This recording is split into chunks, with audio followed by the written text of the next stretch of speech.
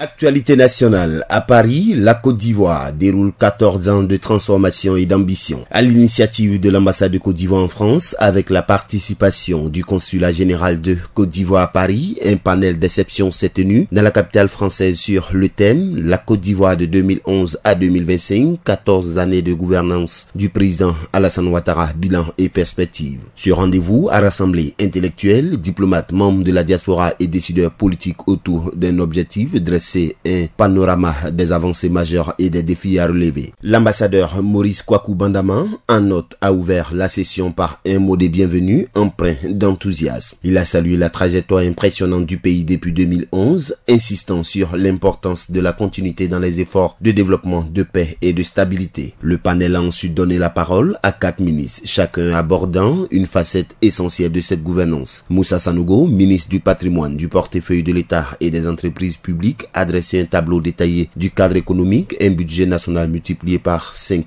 en 14 ans, des infrastructures modernisées, une croissance moderne de plus de 7% et un climat des affaires en nette amélioration. On l'écoute à ce propos. Globalement, sur la période du président Ouattara, la masse salariale a triplé en Côte d'Ivoire. La masse salariale a triplé, mais la bonne nouvelle sur la qualité de la gestion des finances publiques, en 2011, plus de la moitié de nos recettes fiscales servaient à payer des salaires. Donc quand c'est comme ça, vous n'avez quasiment plus rien pour entretenir l'outil de production. Et chaque année, les infrastructures se dégradent. En 2024, on est à 32% des recettes fiscales qui servent à payer les salaires. Le reste va en permettre d'entretenir l'outil productif. Je rappelle que la norme de l'UEMOA est autour de 35%.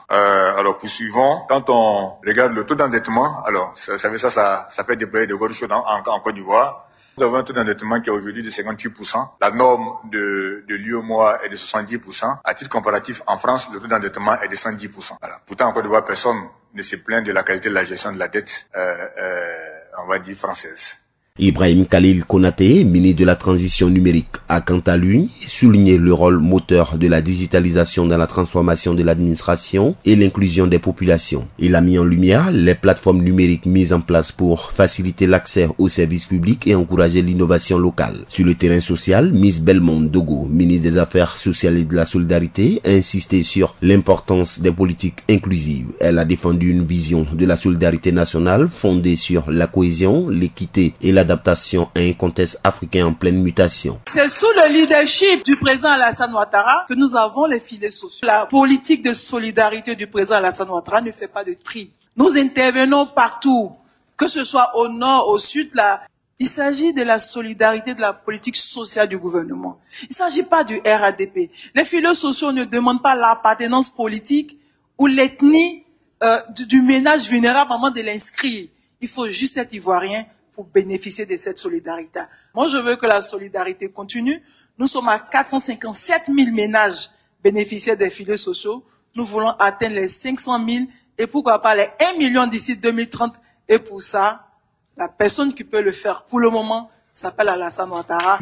Enfin, Mamadou Touré, ministre de la Jeunesse, de l'insertion professionnelle du service civique, a mis l'accent sur la jeunesse, pilier de la nation. Il a présenté les efforts de l'État pour créer des opportunités d'emploi et renforcer l'implication civique à travers des programmes ambitieux au niveau local. De 6500 à 8500 km de routes bitumées, 400 km d'autoroutes modernes, des ponts, barrages de centrales hydroélectriques érigés avec rigueur. Les chiffres parlent d'eux-mêmes. Si le bilan économique est à saluer, le panel a également mis en lumière les défis à venir. À l'aube de 2025, alors que s'annonce un tournant politique majeur, ce panel a permis de projeter l'avenir de la Côte d'Ivoire avec lucidité et ambition dans la continuité d'une gouvernance qui aura marqué l'histoire du pays. APRA, Agence Presse, Radio et Audio.